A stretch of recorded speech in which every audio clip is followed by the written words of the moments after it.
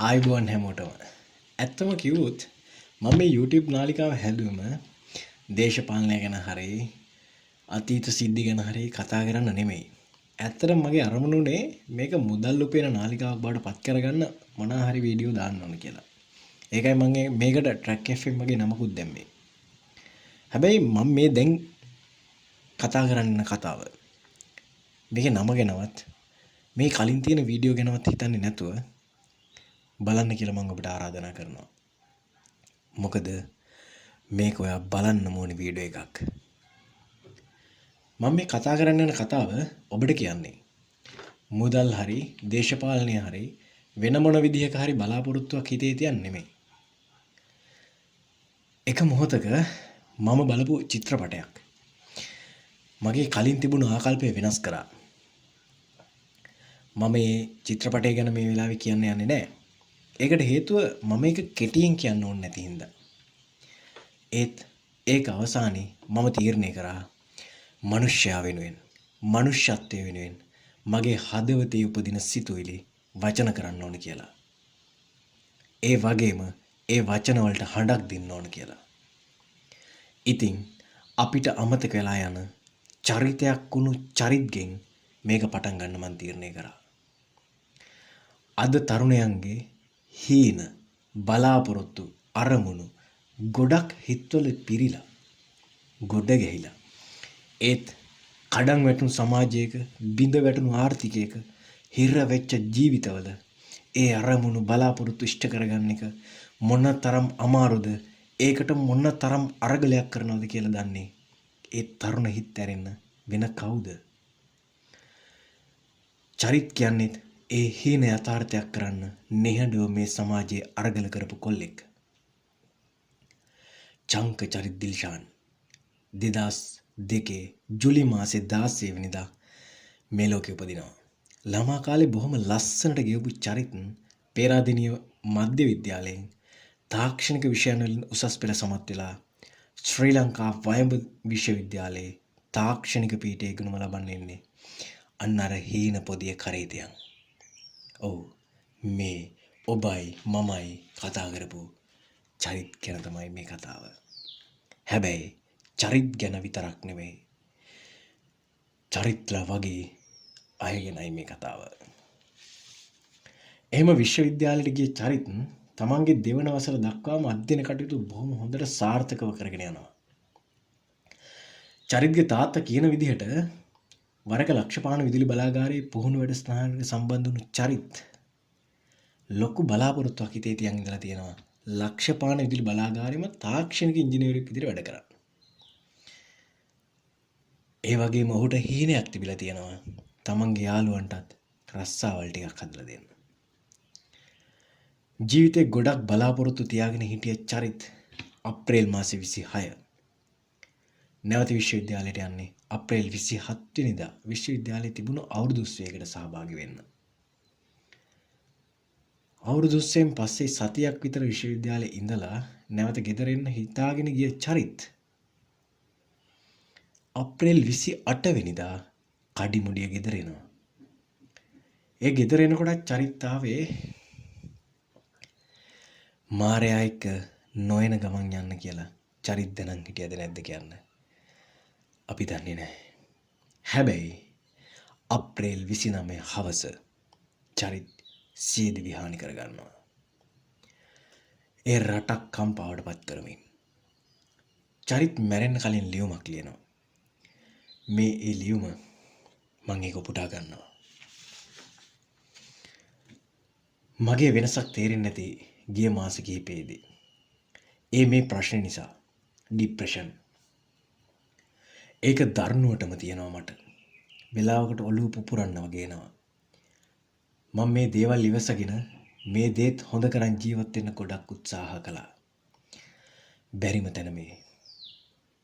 දැන් ඇත්තෙන්ම පාලනය කරගන්න බෑ. මේ දේට අම්මා තාත්තා කාගේවත් කිසිම වැරද්දක් නැහැ. මම මාර විදිහක දුකක් හිතේ තියාගෙන මේ දේ කරගන්නේ. මාත් ආසයි ජීවත් වෙලා ඉන්න. ඒත් මොනව කරන්නද? මේ මගේ ලැබීම වෙන්නේ නැති. මාත් එක්ක තරහ වෙන්න එපා. වෛර කරන්නත් එපා.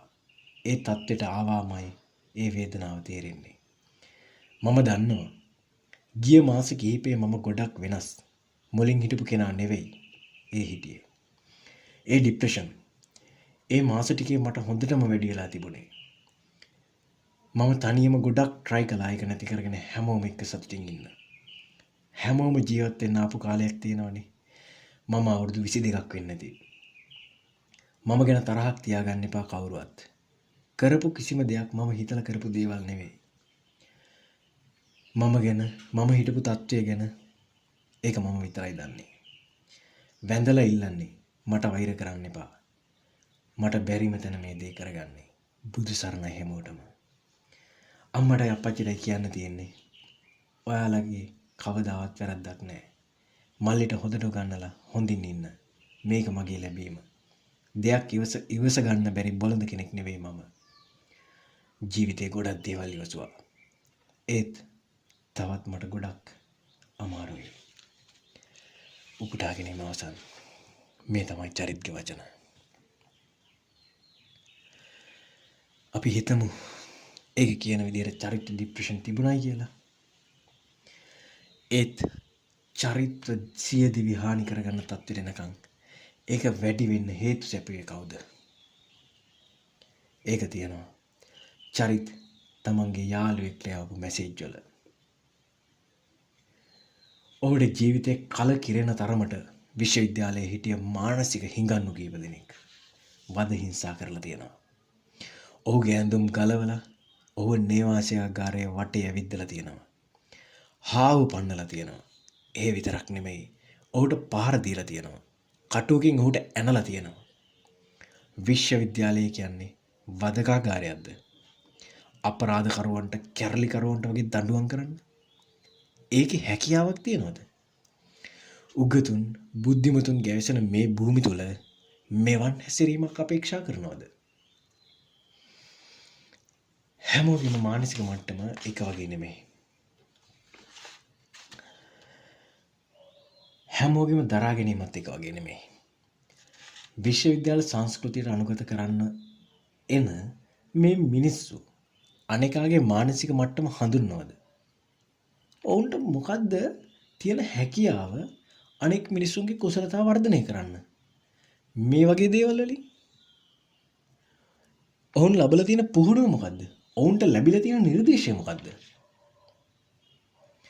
රැග් එක හොඳයි යහපති කියන මිනිස්සුන්ගෙන් මං අහන්නේ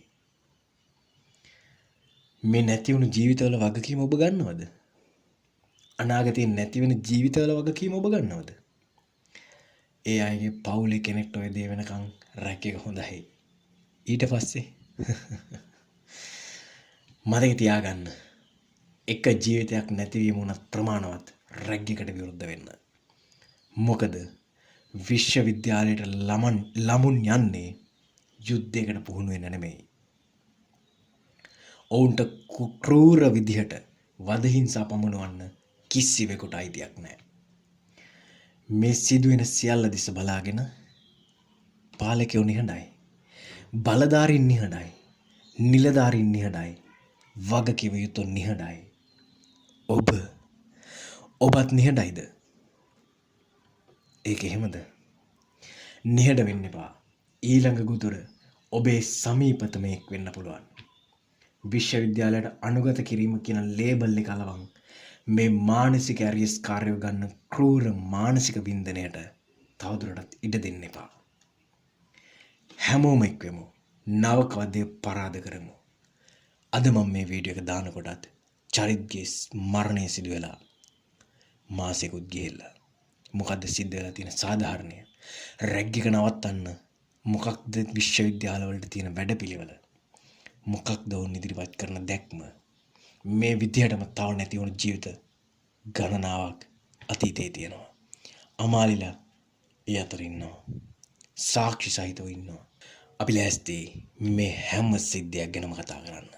අපි ඉදිරියට අපේ වීඩියෝ වලින් ඒ හැම සිද්ධියක් ගැනම කතා කරනවා. හැමෝම එකතු වෙමු. නාවකවදේ පරාද කරමු. මේ සටන් බිමේ අපි හුදකලා නොකර සටනට එකතු වෙන්න කියලා මම ඔබට ආරාධනා කරනවා. channel එක subscribe කරලා වීඩියෝට like එකක් දාන්න. පහලින් තියෙන Google form එක හරහා ඔබ දන්න අපි නොදන්න රැග් එක ගැන විස්තර නිර්නාමිකව අපිට කියන්න. ඔබේ යාළුවන්ගේ හිතවතුන්ගේ අදහස් වෙනුවෙන් වීඩියෝ එක ෂෙයා කරන්න. රැග් එක ගැන තව කියන්න කතා ගොඩයි. මේ ළඟ වීඩියෝ එකකින් ඉක්මනටම හමු වෙමු. ඔබට ජය.